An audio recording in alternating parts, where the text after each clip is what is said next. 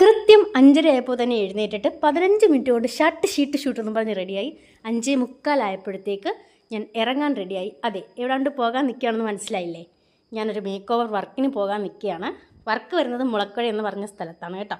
അപ്പോൾ അതിനു മുമ്പ് ഞാനൊരു ചായക്ക് ഇട്ട് കുടിച്ചിട്ട് കൃത്യം 5:45 തന്നെ ഇറങ്ങി.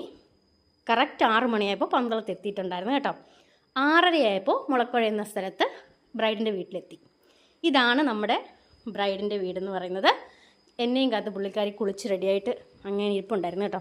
അപ്പോൾ എൻ്റെ സാധനങ്ങളൊക്കെ ഞാൻ അങ്ങനെ നിരത്തി വെച്ചു. വർക്ക് തുടങ്ങി. വളരെ സിമ്പിളായിട്ടുള്ള സട്ടിലായിട്ടുള്ള ഒരു ലുക്കാണ് പുള്ളിക്കാരി പറഞ്ഞിട്ടുണ്ടായിരുന്നത്.